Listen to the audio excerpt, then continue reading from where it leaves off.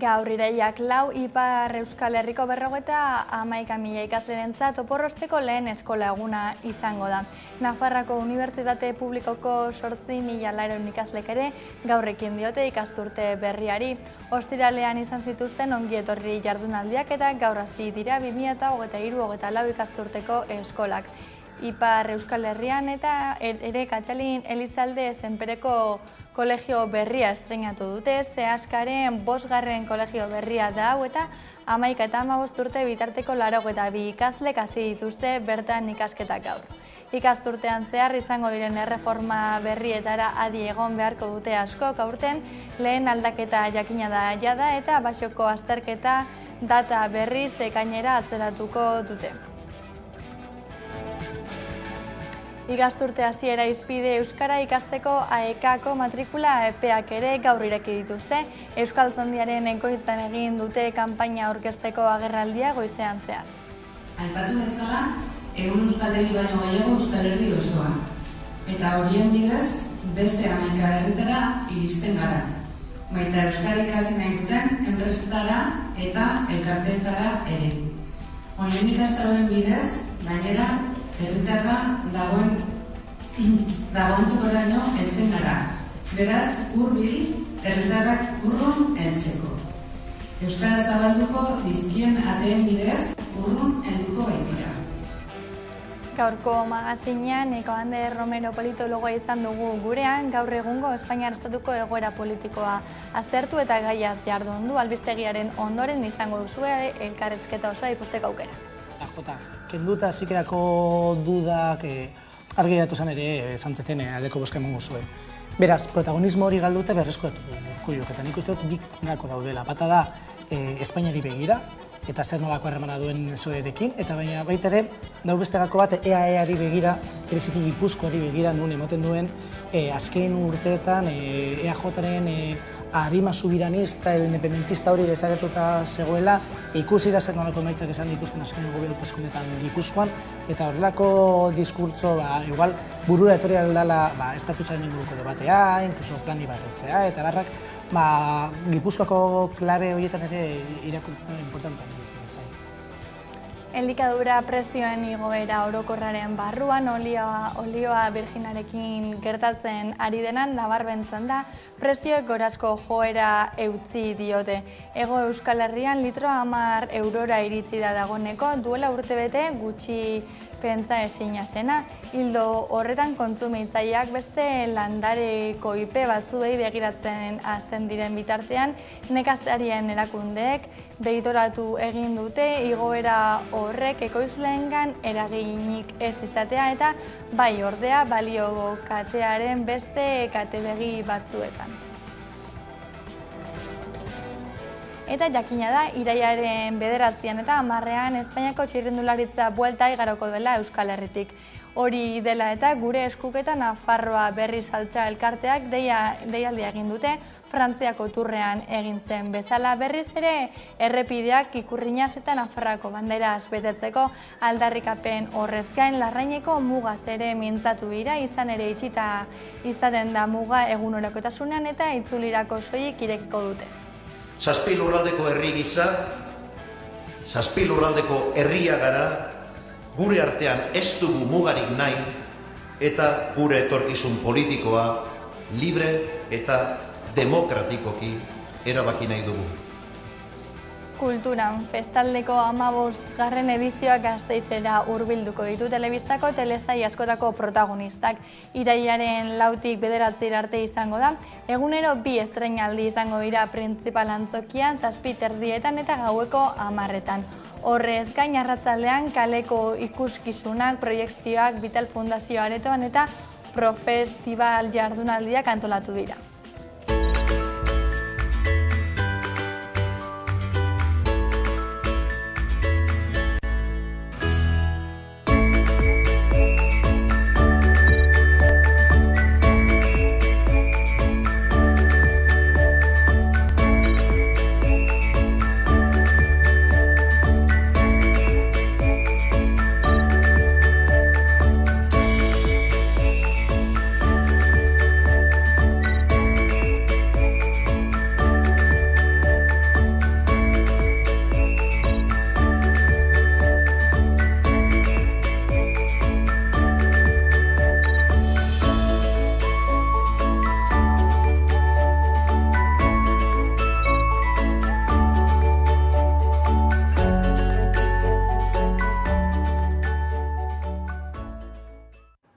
Kaixo, eguerdion, gaur iraiak 4 Ipar Euskal Herriko 51.000 ikaslerentzat oporrosteko lehen eskola eguna izango da. Nafarroako Unibertsitate Publikoko 8.400 ikaslek ere gaurrekin diote ikasturte berriari. Ostiralean izan zituzten ongi etorri jardunaldiak eta gaur hasiko dira 2023-2024 ikasturteko eskolak.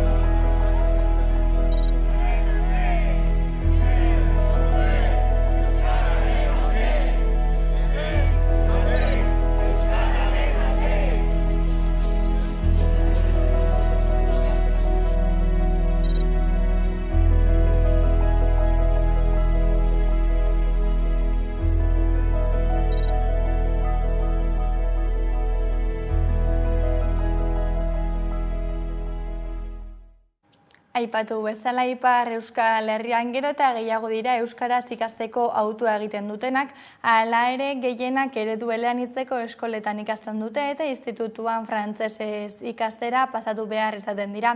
Zehaskako ikastolen sarearen Etxepare lizeoa da eskolako azken 3 urteak osoki euskaraz eskaintzen dituen bakarra eta gaur elkarteak 5. kolegioa estreinatu du Senperen. 11 eta 15 urte bitarteko 82 ikasle izan dira lehenak Atxalin Elizalde Senpereko kolegio berria estreinatzen, Zehaskaren 5. kolegio berria dena. 2022ko abenduan abiatu zituzten zentro berriaren lanak eta abuztu honetan ikasle, irakasle eta gurasoen elkarlanean eman dizkiote azken ikutuak. Ikasturte berri honetako erreforma eta aldaketak ikusteke daude, azken berritasunetako bat basoaren azterketa data izan da, iaz martxoan egin zuten unibertsitatera sartzeko proba, baina aurten berriro atzeratuko dute ekainera azterketa data. Horrez gain Zehaskak jarraituko du basoko azterketa euskaraz egiteko eskubidea aldarrikatzen, ikasleek ikasketak euskaraz hasi eta bukatzeko aukera izan dezaten. Bilbon aldiz, AEKak agerraldia egin du 2023-2024 matrikulazio kanpainaren berri emateko eta bertan izan da Aiara, konta iguzu. Matrikulazioa zabalik da AEKako euskaltegietan. 2023-2024 ikasturteko aurkezpena egin dute Bilboko Euskaltzaindiaren egoitzan eta bertan aurtengo kanpainaren aurkezpenaren leloaren berri eman dute. Euskara hurbil, zu urrun heltzeko. Egun euskaltegien lana ezinbestekoa dela nabarmendu dute, milaka herritar hurbiltzen baitira euskara ikastera zein euskara praktikatzera. Euskal Herri osoan 100 euskaltegi baino gehiago daude, 500 irakasle baino gehiago ditu AEKak eta 12.000 ikasle baino gehiago. Gainera egindako aurkezpenean nabarmendu dute euskal erakundeek dirulaguntzak ematen dituztela. Araba, Bizkaia eta Gipuzkoan B2-irainoko prozesua doainik da eta gainera 30 urte baino gutxiago duten gaztek ze bata baita euskaraz ikas dezakete ere, doainik. Eta aurten berrikuntza berri bat dago, 16 eta 18 urte bitarteko nerabeek, ze bata baita doainik ikasteko aukera izango baitute dirulaguntzei esker. Aipatu bezala, 100 euskaltegi baino gehiago Euskal Herri osoa. Eta horien bidez, beste 11 herritara iristen gara. Baita euskara ikasi nahi duten enpresetara eta elkarteetara ere. Online ikastaroen bidez, gainera, herritarra dagoen txokoraino heltzen gara. Beraz, hurbil, herritarrak urrun heltzeko. Euskara zabalduko dizkien ateen bidez, urrun helduko baitira. Ikasketak eta matrikulazioak izpidea HUk eta Lakuako gobernuak presoek bertako unibertsitatean ikasteko aukera sinatuko dute. Iaz ireki zuten matrikula egiteko aukera 2003tik itxita izan baita eta hitzarmen honek normalizazioa ekar lezake.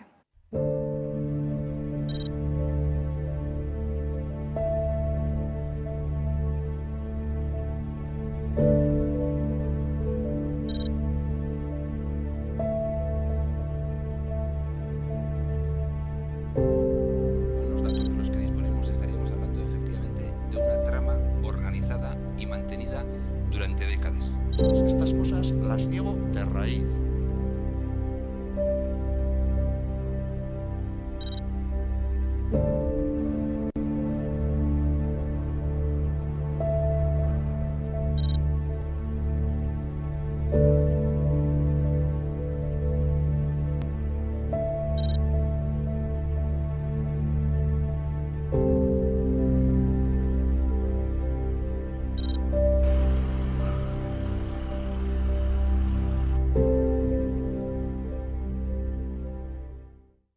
Gasteizen hiri hezitzaileak 230 jarduera aurkeztu ditu 2023-24 ikasturterako. Programa honek 29 proposamen berri ditu ikasturte berrirako. Izena emateko epea gaur ireki da, lehentasuna duten ikastetxeentzat ostegunean gainerako ikastetxeentzat eta hilaren 21 aurrera ikastetxeak ez diren kolektiboentzat.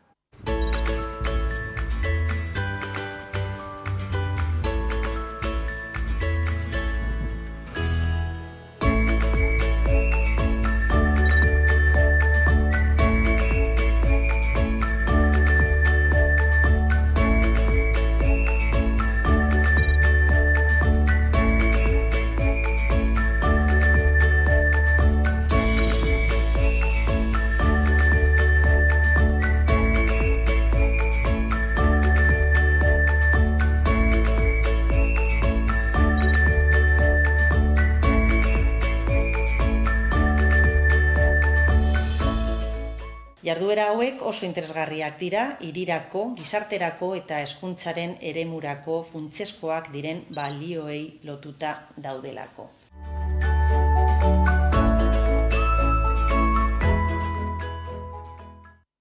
Egunerokotasuneko jardueretara bueltan Euskal Herriko pentsiodunek mugimendura itzuli dira gaur ere Euskal Herriko herri eta hirietako plazetara 1.080 euroko gutxieneko pentsioa eskatzeko.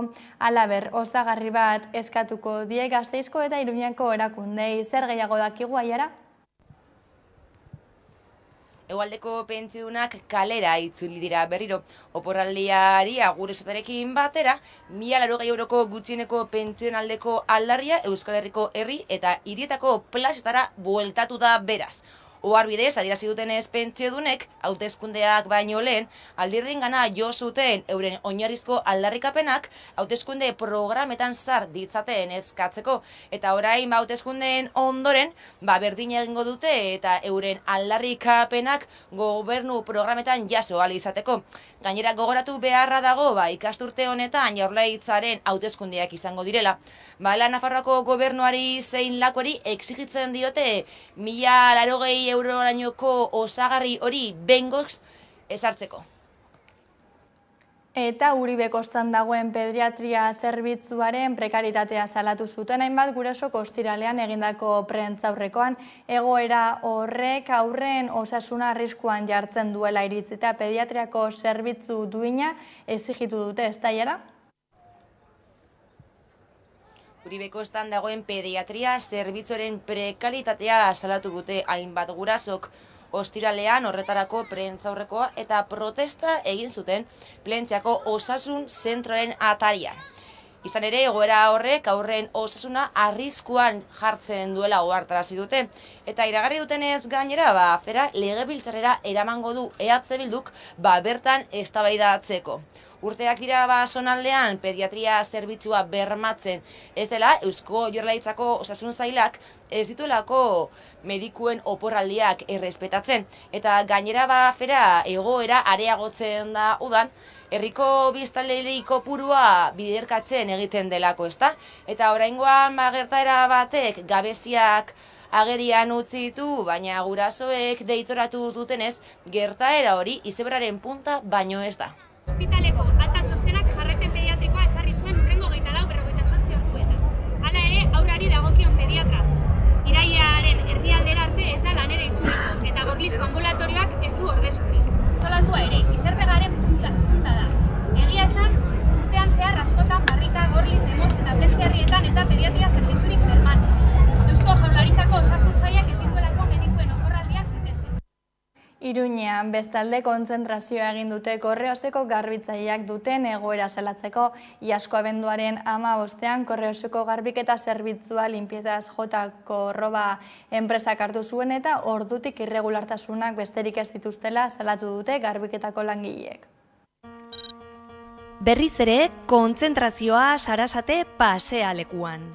Limpiezas J.Córdoba enpresako langileak dira. Korreosek Nafarroan dituen bulegoak garbitzeko zerbitzuaren esleipedunaren enpresapean garbiketa zerbitzuan aritzen diren garbitzaileak. Izan ere, greba mugagabean hasi ziren agorriaren 28an.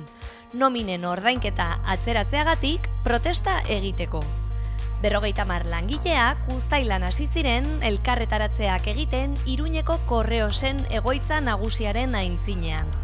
Soldatak berehala ordaintzea eskatzeko eta gainera agorriaren ondarrean greba mugagabean hasi ziren. Horretaz gain, langileek salatzen dute Limpiezas J.Córdoba enpresak garbiketaren kudeaketa hasi zuenetik irregulartasuna unit izan duela. Sí, en principio que nos paguen todo lo que nos deben. Pero nosotros lo que queremos es que Correos les rescinda el contrato por todas las irregularidades que durante estos días ya os hemos ido comentando. Langileek ez dute udako aparteko ordainsaria jaso. Ez joan den uztaileko soldata, ez da agorrileko nomina ere. Horri maiatzetik izandako atzerapenak gehitu behar zaizkio eta soldataren ordainketan izandako akatsak. Momentuz beraz, garbitzaileak borrokan, Nafarroan.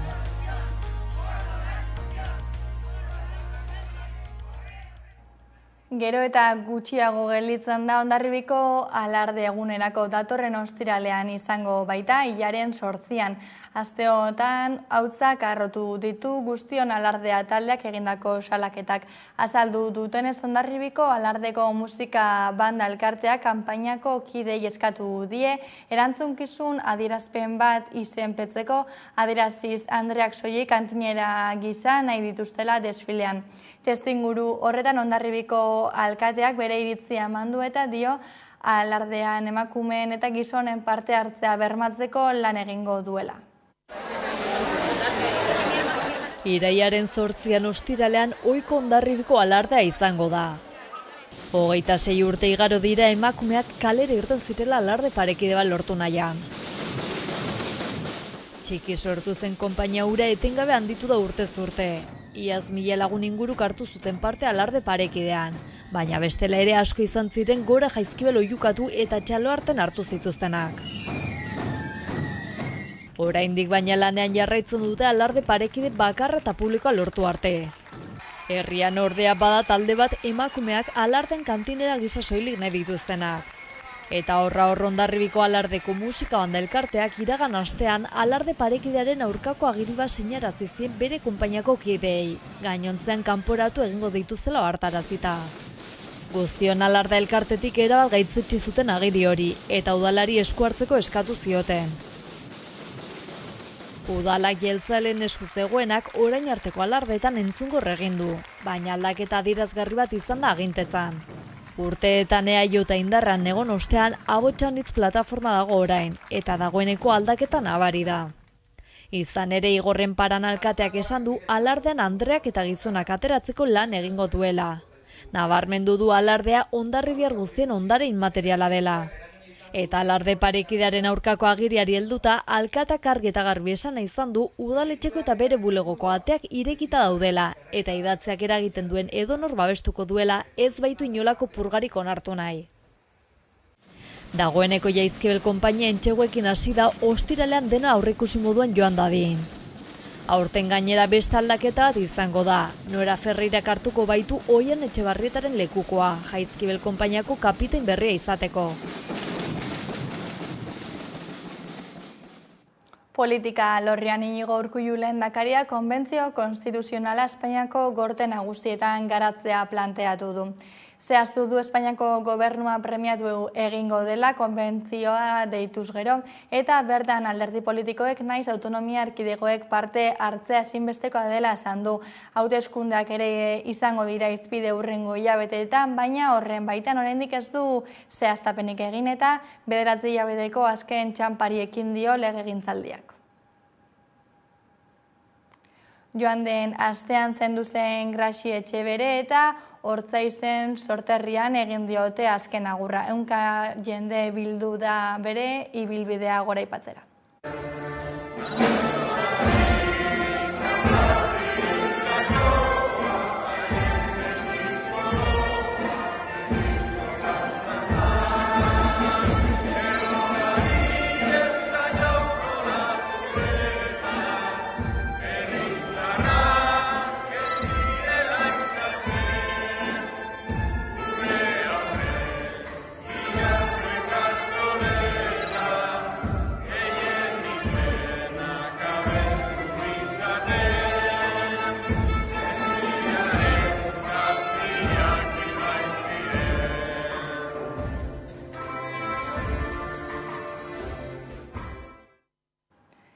Elikadura prezioen igoera orokorraren barruan, oliba olio birjinarekin gertatzen ari dena nabarmentzen da. Hego Euskal Herrian litro 10 eurora iritsi da dagoeneko. Zer dela eta ikus dezagun.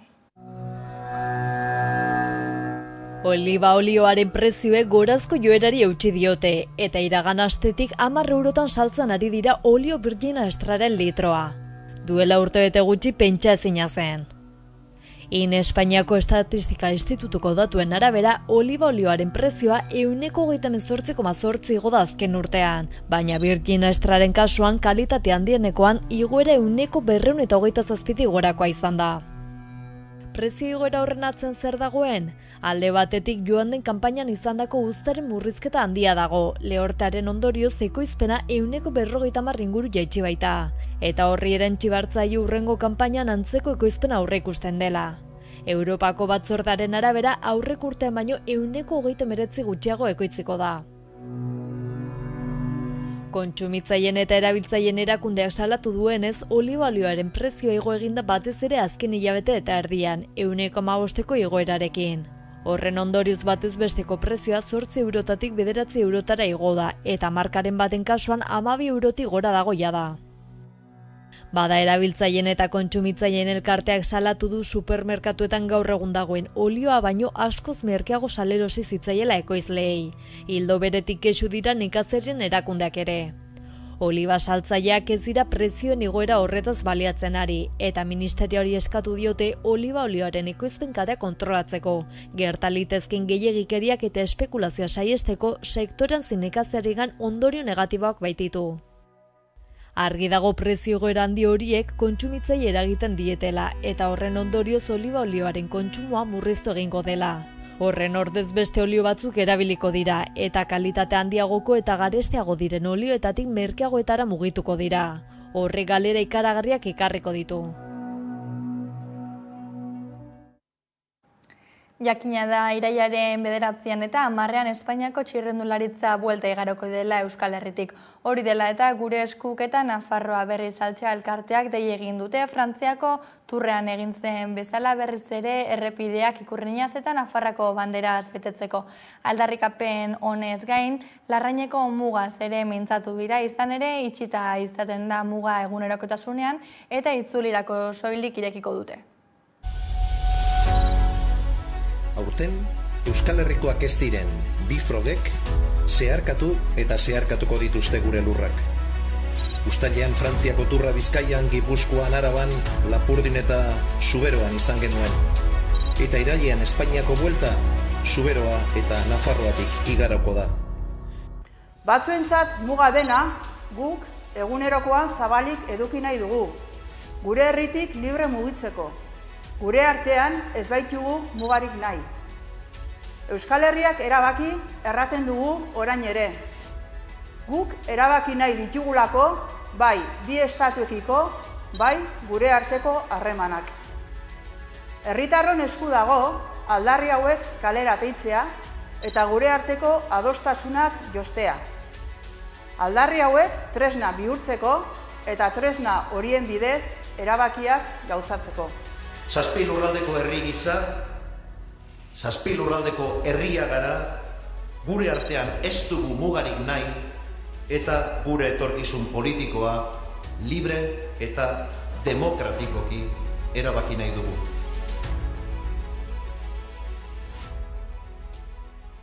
Gastronomiarekin loturik martxan da Arabako pintxoaren 2023ko aste nagusia. Gasteizko eta Arabako zenbait ostalarik euren pintxo hoberenak eskainiko dizkiete herritarrei irailaren 10 arte. Aurten aplikazio berezi bat prestatu dute, honen bidez herritarrek bozka dezaten gehien gustatu zaien pintxoa, horrela erabakiko da herritarren saria. Irailaren 12an berriz, bukaerako fasea izango da, show cooking formatuan eta profesionalez osatutako epaimahaiak irabazleak erabakiko dituzte. Arabako pintxoaren 2023ko aste nagusia irailaren 4tik 12 arte izango da. Gasteizko eta Arabako ostalaritza establezimendu askok lehiaketarako aurkeztu dituzten pintxoak eskainiko dizkiete herritarrei irailaren 10 arte. Lehen faseari dagokionez, hau da Arabako pintxoaren aste nagusiko herritarren saria, egun hauetan erabakiko da. Herritarrek sortu den aplikazioaren bidez edo webgunean bozka dezakete gehien gustatu zaien pintxoa. Irabazleak 500 euroko saria jasoko du. Horrez gain irailaren 12an bukaerako fasea izango da eta show cooking formatuan egingo da. Aurten Gasteizko La Peña Vitoriana Tenis Klubean antolatu da arratsaldeko 5etatik aurrera. Egun horretan sukaldari guztiek euren pintxoak aurkeztuko dituzte gastronomiaren arloan prestigio handia duten profesionalek osatutako epaimahaiaren aurrean. Zaporea, originaltasuna, errezeten aurkezpena eta tabernako zerbitzuaren testu inguru barruko bideragarritasuna besteak beste aintzat izango ditu epaimahaiak pintxo irabazleak aukeratzeko. Ekitaldiak sarrera librea du eta sari banaketa 7etan egingo da. Urrezko pintxoaren establezimendu irabazleak 2000 euro jasoko ditu, zilarrezkoak 1000 euro eta brontzezkoak 500 euro. Jarraian Eneko Ander politologaren elkarrizketarekin utziko zaituzteo.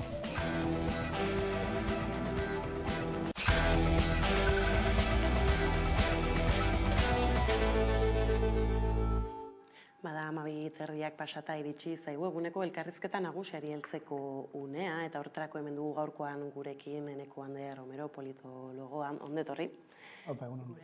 Eta tira ez, udara honetan gai nagusitariko bat bai izan dela ez, Espainiako gortetarako hauteskundeen ondorenak eman dituenak, hori izango dugu gaurko honetan hizpide nagusi, hala ere egia da azken egunotan foku politikoa edo nolabait esatearren bai Inigo Urkullu lehendakariak bereganatu duela hain handi batean, izan ere konbentzio konstituzional bat proposatu dio Madridi, guztizko erreakzioak eragin ditu honek, ez dakite, zuri nola iritsi zaizun berri hau?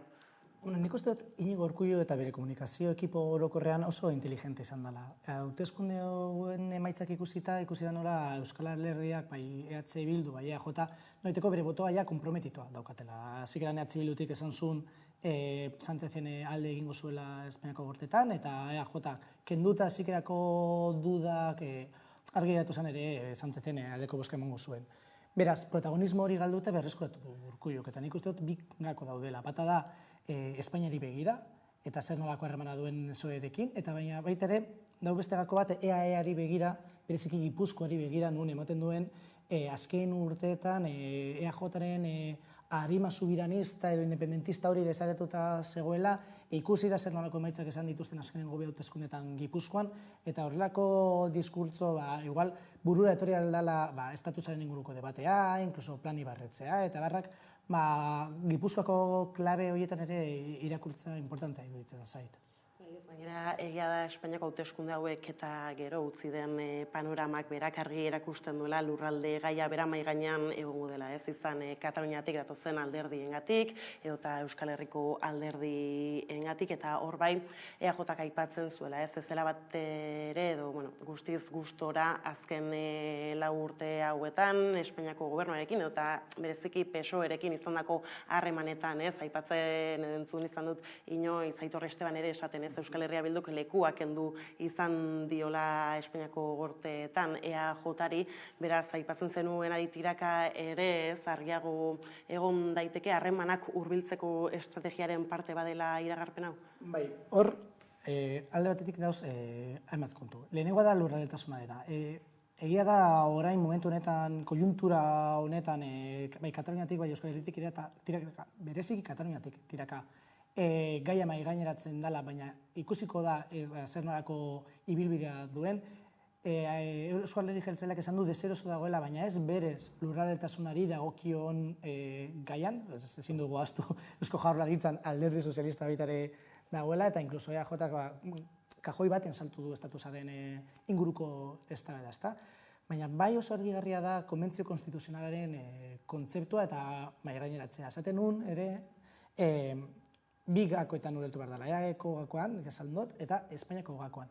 EAJak egin dio favore itzela alderdi sozialistari. Zeduan dio Juntzekin eta RC-rekin, baina bereziki Juntzekin negoziatzeko bidea, zuzenean. Hori da EAJak egin duena. Imaginatu Juntzek eskatzen duela konbentzio konstituzional bat. Hori ezingo zan egin, antikonstituzionala da, baina EAJak eskatu du alderdi nazionalista moderatu bat. Feijóo egon da oin arte ez bere bostuak eskatzen. Beraz, PNVk eskatutak norabait konbentzio konstituzionala posible izateke kitzinez, hipotesi bezala ikusiko dugu honen ibilbidea. Beraz, nik uste dut favore handia egin diola PNVk alderdi sozialistari, ikusiko dugu horren ibilbidea, egongo dan, ez da egongo, baina gako edo klabe horretan iakoriko nukenek. Bai, ez bereziki Juntz aipatzen zenuen analisi honetan eta tira ez hor badago Puigdemonten iragarpena nola biharko egunarekin, asteartearekin, ez markatu nahi dituen negoziak eta prozesuaren markoa beran, hala ere egia da gaurko honetan Sumarreko Yolanda Díazekin ere batu egin dela, lurraldetasunaz aritzen garela, ez nolako importantzia izan dezake gaiak berak, ez, gobernua bera osatzen bada. Nik uste dut, legegintzen lehen hazikera honetan berebiziko garrantzi izango duela lurraldetasunaren inguruko diskurtzoek. Ikusiko dugu gero praktika. Baina diskurtzak oso garrantzitsuak izango dira. Eta bereziki gobernua Juntzen esko dagoelako, hori ezin dugu ahaztu. Imaginatzen dut, Puigdemontek eskatuko duela dena, horretara, hurbiltzen zara horrekin, hurbiltzen zara negoziazio batera, guztia eskatuko du, autodeterminazio eta amnistia, eta ikusiko dugu nola bideratzen den. Eta ikusiko dugu nola RC-rekin ja prometitu zen bere garaian eztabaida mahai bat, eta horrek ez dituen fruituak emon, orain ez da inaz izango konbentzio konstituzional bat aipatzerekin, atzetik zehozer egon beharko da. Margarita Roblesek esan du, hitz egin du, irtenbide individualizatuen inguruan, indultuei begira eta bar, eta justo Margarita Robles ez da, edo zein alderdi sozialistan, justo enmarkatzen du kontserbatoraren diskurtsoa hain askotan. Ikusiko dugu Puigdemontek zer eskatzen duen, eta zer dagoen prest onartzeko. Hori izango da importantena, zer dagoen prest onartzeko.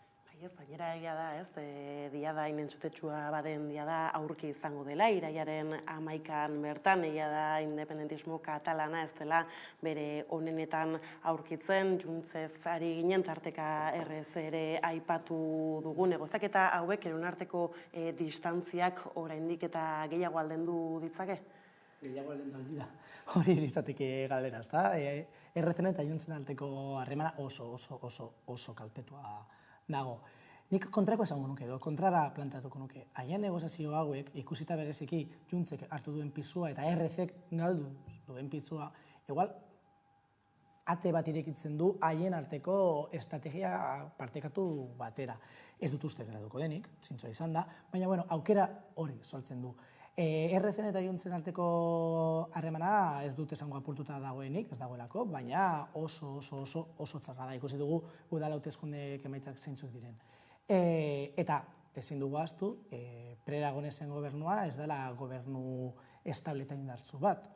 Beraz, Juntzek Kataluniako klabetan jokatuko du beti, eta ez dauka arrazorik beste hauteskunde batzuetara joateko segurenik, baina ikusiko dugu zer dagoen preste onartzeko.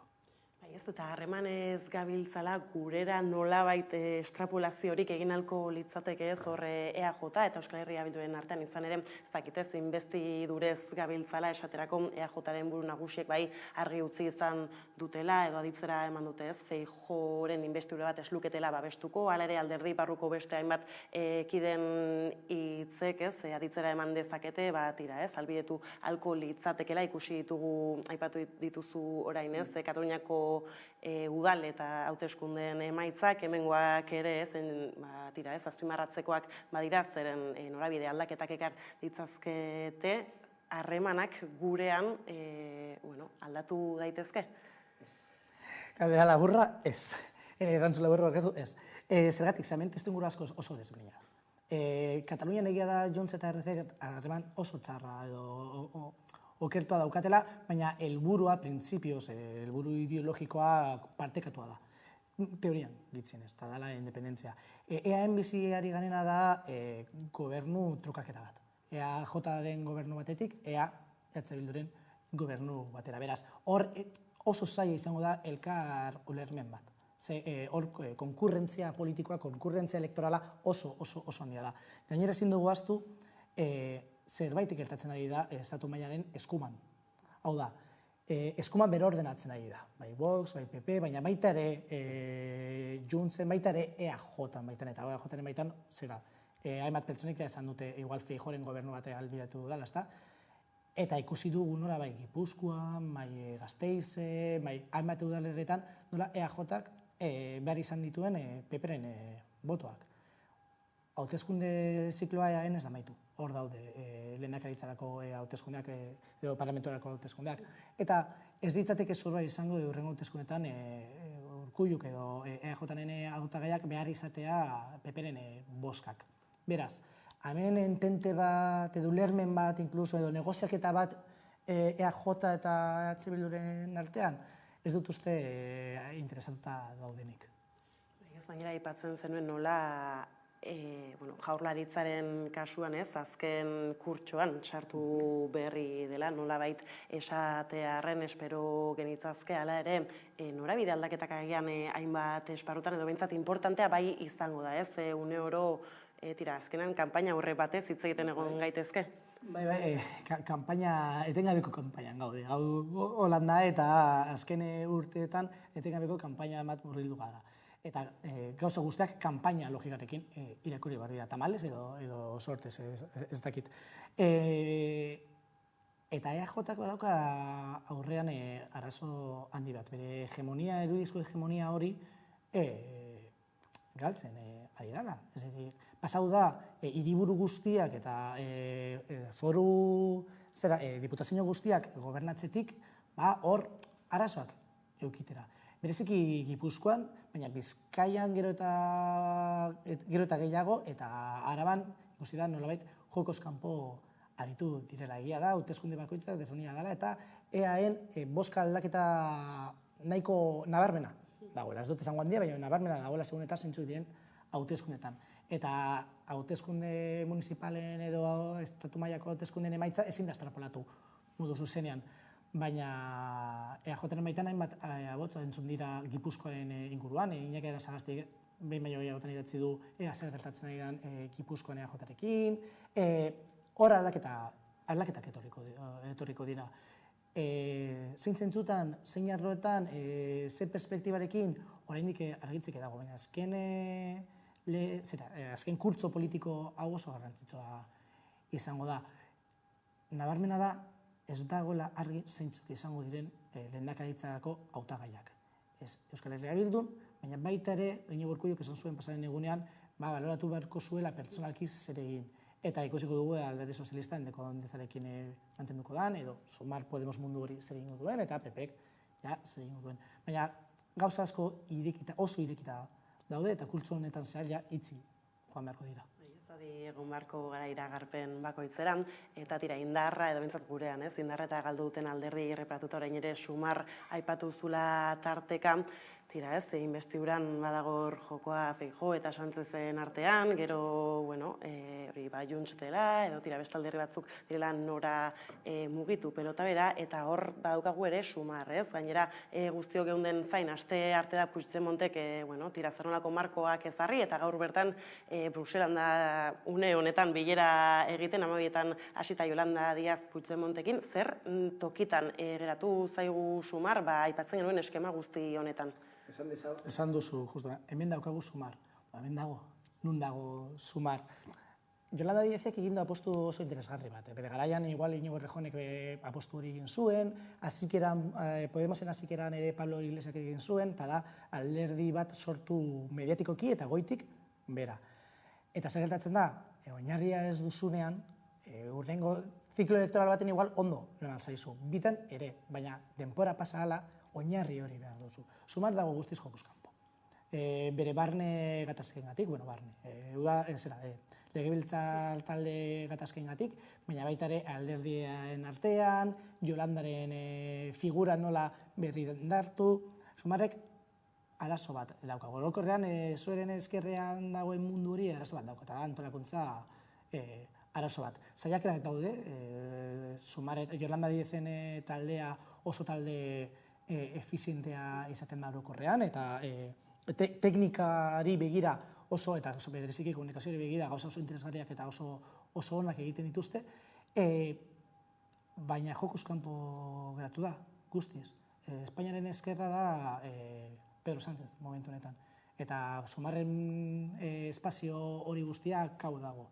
Pentsatu beharko duzen izango da bere estrategia, berantolatu, eta nik uste dut oso inteligente izan dela Puigdemontekin bilera hori, markatzeko bisagra direla oraindik, eta oraindik Sumar zerbaiterako balio duela, baina momentu honetan jokuz kanpo dagoela esango nuke.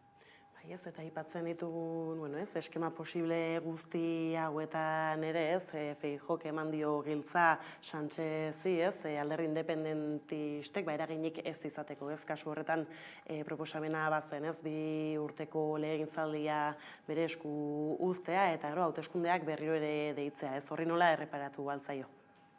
Nik bi logika aurkitzen ditut. Bata erreala praktikoa eta bestea programatikoa, estrategikoa, elektorala esango dugu.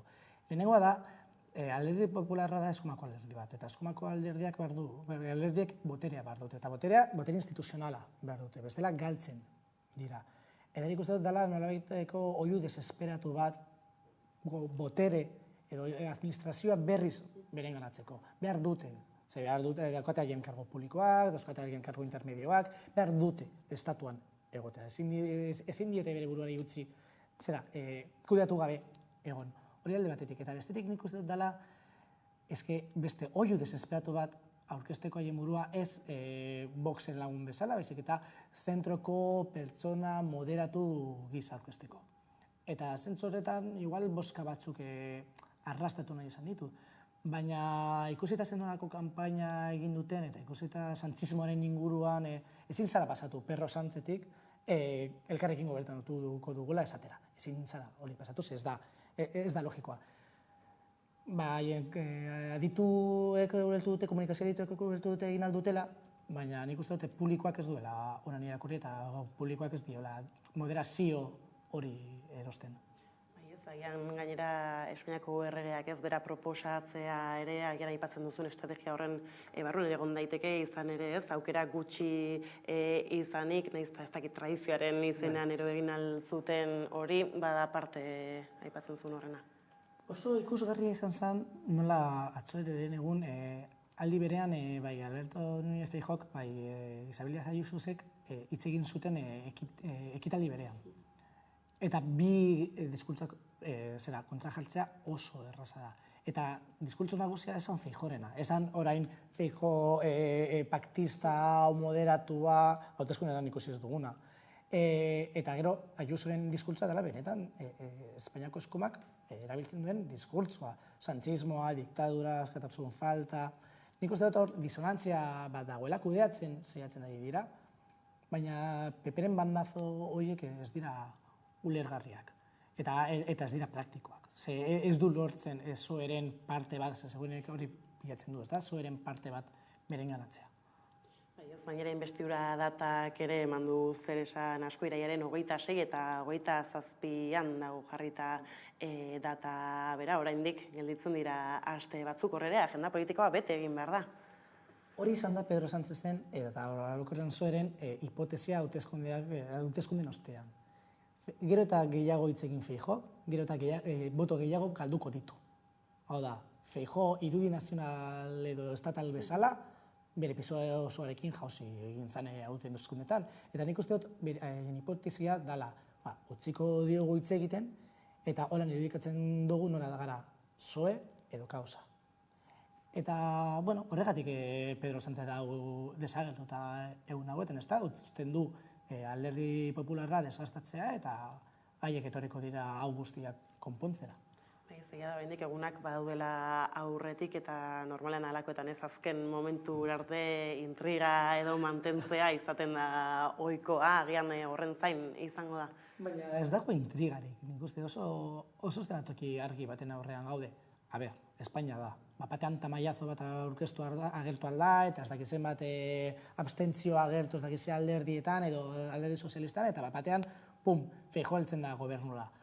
Baina ez dut uste estenatoki horretan gaudenik. Danok badakigu zer gertatuko dan, eta utzi dute egoera hau luzatzen, Feijóo desastatzeko.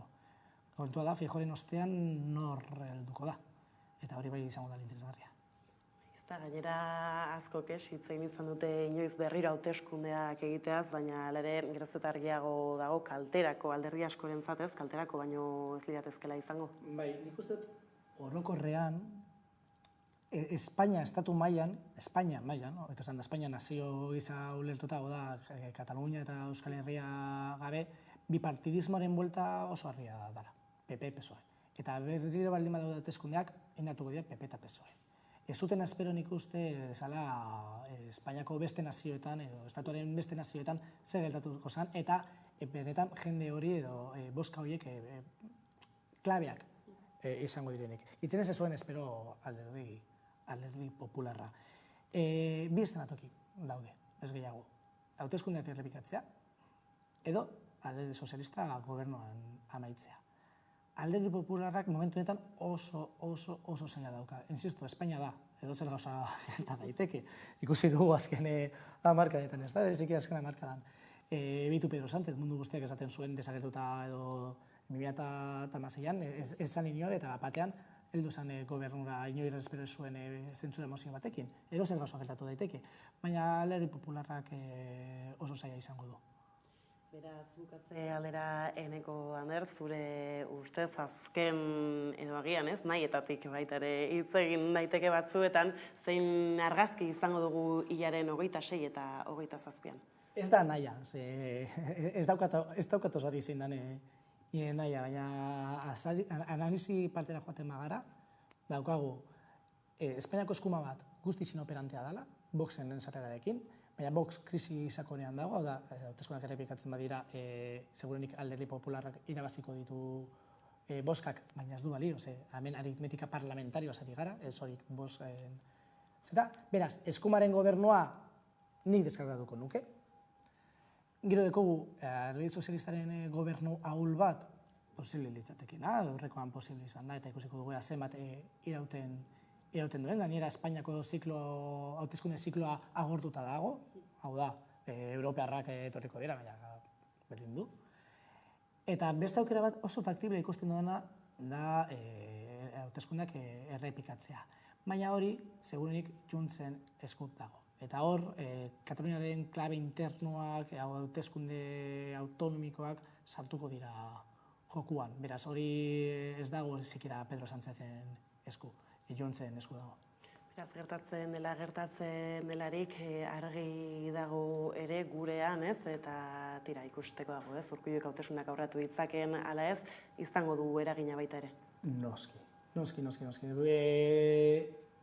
Ziklo hasikera edo amaiera baten gaude, ez nago oso seguro, baina aldaketak etorriko dira. Ez bada gobernuan, izango dira aliantzetan, diskurtzuetan, agenda politikoan, EAeko hauteskundeak gakoak izango dira datorren hamarkada markatzeko. Eta ikusiko dugu ea zer nolako balantza edo zer nolako testuinguruan emoten diren. Bada, aipatu ditugun guzti hauen zain geratu beharko gara oraingo, Zeneko Arder, mila esker gurekin gaur izatearren eta hurrengora arte. Eskerrik asko zuei. Eta orain jarraian eguneko solasaldiarekin bueltatuko gara.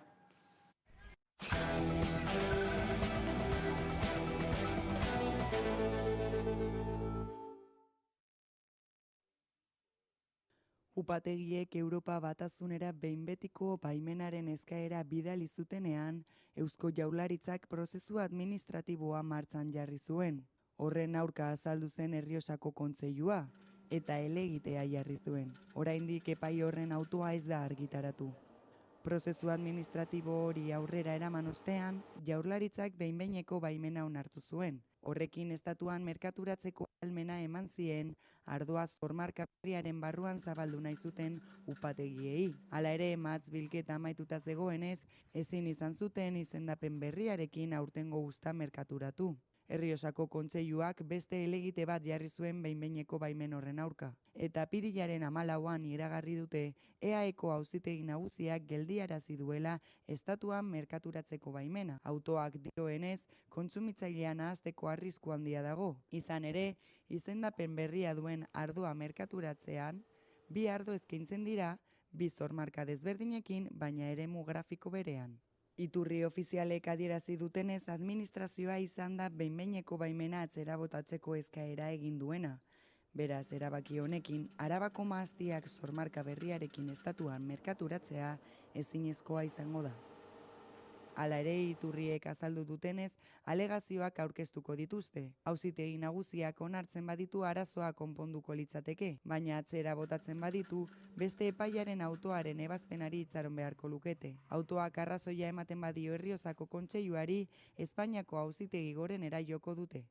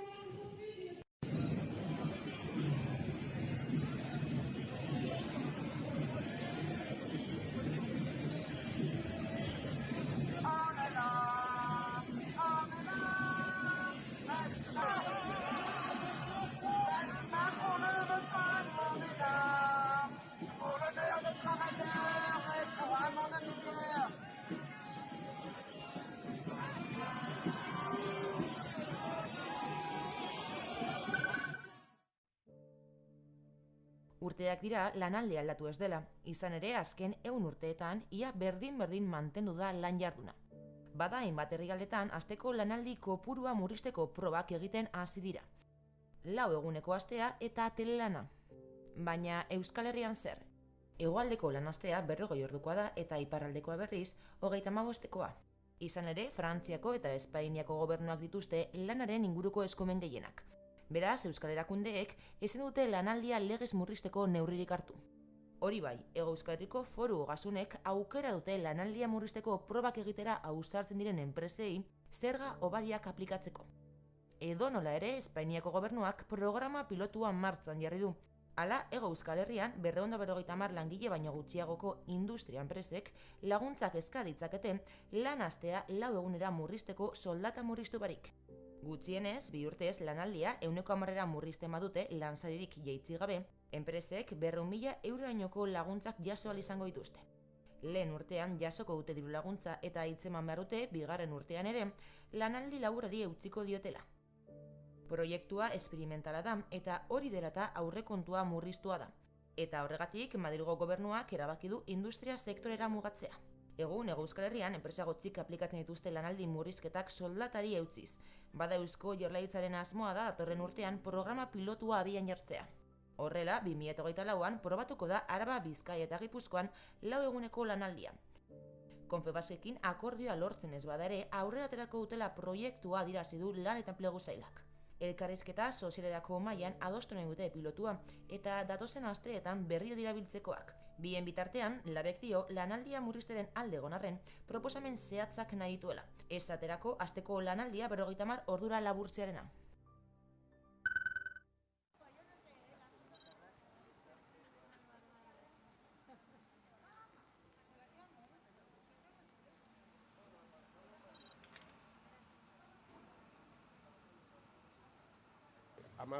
Amabosgarren bizikleta martxa antolatzeko, hau da, gastu militar eta industria militarra eskatzen zibila pasatzera. Hemen daukagu adibide on bat, izan zen Gorbea, bere garaian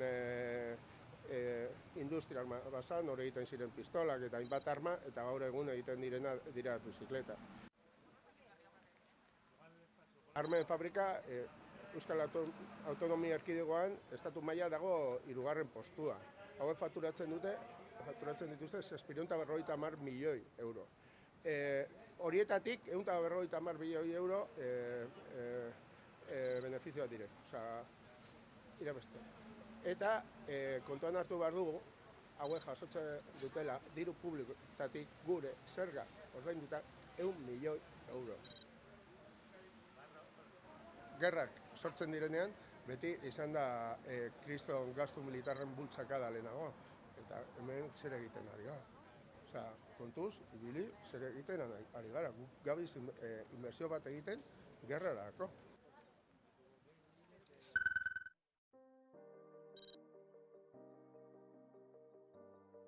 Urteak aurrera egin ala, euskaraz bizitzeko eskubidea eta euskararen normalizazioa erabat oztopatuta, mugatuta edo aitortzarik gabe dugula euskararen lurralde osoan. Eta hau praktikara eramaten denean, detarrek aurkitzen dutena da, bai administrazio publikoan euskarazko zerbitzuak jasotzeko oraindik oztopoak dituztela, euskaraz kontsumitu alizaterakoan ere oso zaila egiten zaiela, baina baita euskaraz ikasi edo euskaraz lan egiteko ere oztopo nabarmenak daudela. Zera, zenbakiena erlatiboa dela, ez? Oso, beti ere hau lagin bat da, bai? Hizkuntza eskubideak bermatzeko neurriak hartzen direnean, ezin direla horiek diskriminatzailetzat jo, eta ezin direla horiek gutxietsi. Beraz, hori, dei egiten diegu bai gizarteko alderdi, eragile eta herritar guztiei pixka bat arduraz jokatzeko eta gure hizkuntza, gure izaera eta herri honen muina den euskararekiko ere jarrera eta bateragune bat lor ditzagun. Arabako landa eremuan, Arabako ozean hain zuzen ere, osakidetza desegiten ari direla salatzeko egindako mobilizazioen ostean, ELA sindikatuak osasun zentroetako langileak grebara deitu ditu apirilaren 27. Duela aste batzuk lurraldeko herrietako osasun zentroetako profesionalek eta pazienteek zenbait mobilizazio egin zituzten. Eusko Jaurlaritzak aurreikusi duen lan berrantolaketak eragina izango duela pazienteen arretaren kalitatea eta langileen baldintzetan salatu zuten. Orain ELA sindikatuak greba deialdia egin du. Sindikatuak kritikatu duenez, Arabako landa eremuko osakidetzako langileek 25 urte daramatzate asteburuetako etengabeko arreta kontratu partzialekin eta behin-behineko kontratuekin eskaintzen.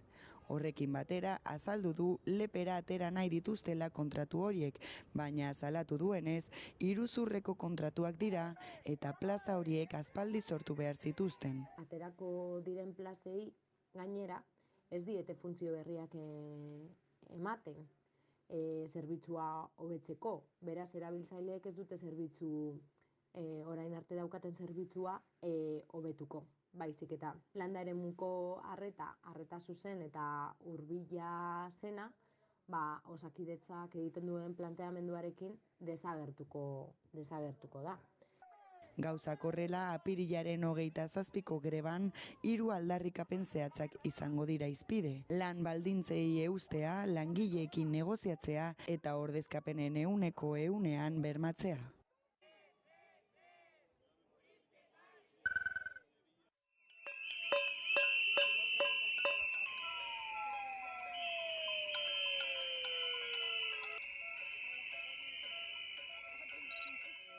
Osasun sailari eskatzeko egoera desblokeatu ditzan eskatzeko. Guk daukagu negoziazio borondatea. Larria dela, ez dugula ikusten jarrera aldaketarik osasun sailaren partetik, sailburuari eskatu geniola sektorialeko biletara etortzea. Pasadan astean egin genion eskaera formala, ez dugu erantzunik jaso. Osasun sailari argi eta garbi esateko ez dugula onartuko osasun publikoaren desmantelazio prozesu hau, eta berriz ere deitzen ditugu negoziazio mahaira, benetako negoziazio bat egitera. Hurrengo hilabeteko grebetarako deialdia egiten dugu, eta negoziazio hori gabe ez dugula beste irtenbiderik grebara joatea baino.